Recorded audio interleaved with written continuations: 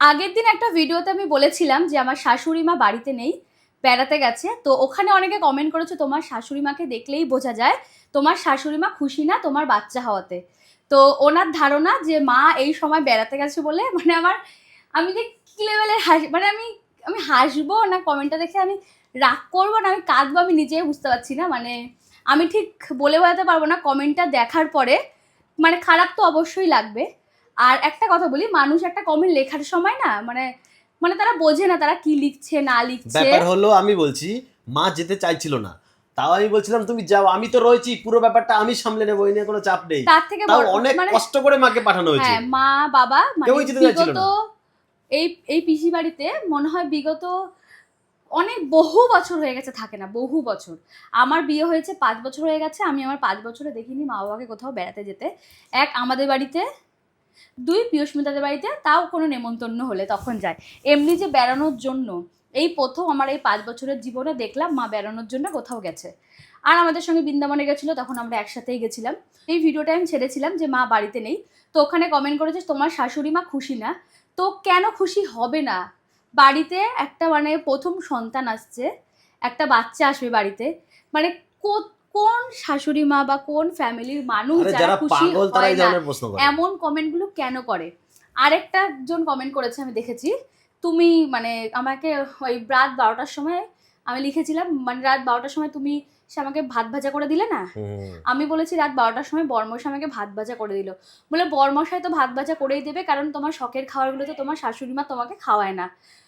মানে কি আমি বোঝাতে পারবো না। তাহলে যদি না খাওয়ায় তাহলে আমরা যে ভাত খাই তরকারি খাই সেগুলো কে খায়, মানে কে রান্না করে? ওগুলো তো সেই সবাই বাড়ির লোকেরাই রান্না করে। যতই হেল্পিং হ্যান্ড থাকুক না কেন তারপরেও তো বাড়িতে সব জোগাড় যতই হোক বলে দেওয়া থাকা দেখা ওগুলো তো করতেই হয়। আর যখন মা কিছু করে তখন তো অবশ্যই তোমাদের সঙ্গে আমি শেয়ার করি। তো অনেক কিছু আছে যেরকম আমি শেয়ার করি না, যেমন পিঠা পায়েস এগুলো এখন আমি শেয়ার করা তোমাদের সঙ্গে বন্ধই করে দিয়েছি প্রায়। কারণ দেখো তোমরা এমনিতেই আমাকে বলো সারাক্ষণ আমি নাকি খেতেই থাকি। আর এই সময়টা একটা মেয়ের খাওয়াটা যে কতটা জরুরি সেটা যদি আমি আরও 7 মাস আগে বুঝতাম তাহলে তো হয়তো আমাকে এখন যে কষ্টটা আমি ভোগ করছি সেই কষ্টটা ভোগ করতে হতো না। কারণ আমার গ্রোথ স্ক্যানে মানে বেবির যে ওয়েটটা আছে সেটা এতটাই কম এসেছে, আমাকে ডাক্তার বলেছে একদম পুরো হাই প্রোটিন নিতে আর একদম পুরো বেড রেস্ট থাকার জন্য। তো তোমরা একটা কমেন্ট করার আগে আমি তোমাদেরকে মানে একটা মেয়ে ছেলে কমেন্ট করেছে তো মানে মেয়ে মহিলা, তাকে আমি গাধেই বলবো। কতটা গবেট মার্কা বুদ্ধি হলে আর কতটা চিন্তা ভাবনা খারাপ হলে মানে তার পরিবারে সে হয়তো ওরকম ছিল, তার সঙ্গে ওরকম হয়েছে বলেই হয়তো সে এরকম বাজে কমেন্ট করেছে। তো আমি বুঝি না যে মানুষকে মানে সুখে থাকতে দেখলে মানুষের কেন এত জ্বলে। মানে বলে না মেয়েরাই মেয়েদের শত্রু। আমার কমেন্ট বক্স দেখলে মানে যদি কেউ খারাপ কমেন্ট করে থাকে সবাই মেয়ে বা মানে যারা মহিলা, মেয়ে আমি বলবো না, ইয়াং মেয়ে খুব কমই খারাপ কমেন্ট করে, সব মহিলা। মানে তারা তাদের লাইফে এতটা ডিপ্রেসড হয়ে গেছে। একটা মানুষকে প্রেগনেন্সি অবস্থায় সে সুখে আছে, তার হাজব্যান্ড কেয়ার করছে, ফ্যামিলি কেয়ার করছে, এগুলো দেখে তারা না নিতে পারছে না। কারণ তারা জীবনে পায়নি সেই জিনিসগুলো, তাই নিতে পারছে না এই জিনিসগুলো। তাই জন্য তারা চায় যেন মানে অন্য কেউ যেন ভালো না থাকুক। মানে আমি বুঝে পাই না একটা মানুষ সুস্থ আছে ভালো আছে, সে তার যেটা দরকার সেটা পাচ্ছে, সেগুলো দেখে কার মানে কেন এত হিংসা কেন তোমাদের জীবনে আমি বুঝে পাই না। তো প্রথম বেবি বাড়িতে, তাও আবার এত বছর পরে আমরা বেবি প্ল্যান করেছি। সবাই অনেক দিন থেকে বলছিল প্ল্যান কর, সেটা তো তোমাদের সঙ্গে শেয়ার করেছি। তো কে এরকম আছে যারা খুশি হবে না? কে এরকম যে দাদু ঠাকুমা হতে খুশি হয় না? আরে বাবা, এরকম কিছু কিছু পাবলিক থাকে, বেকার বলে লাভ নেই।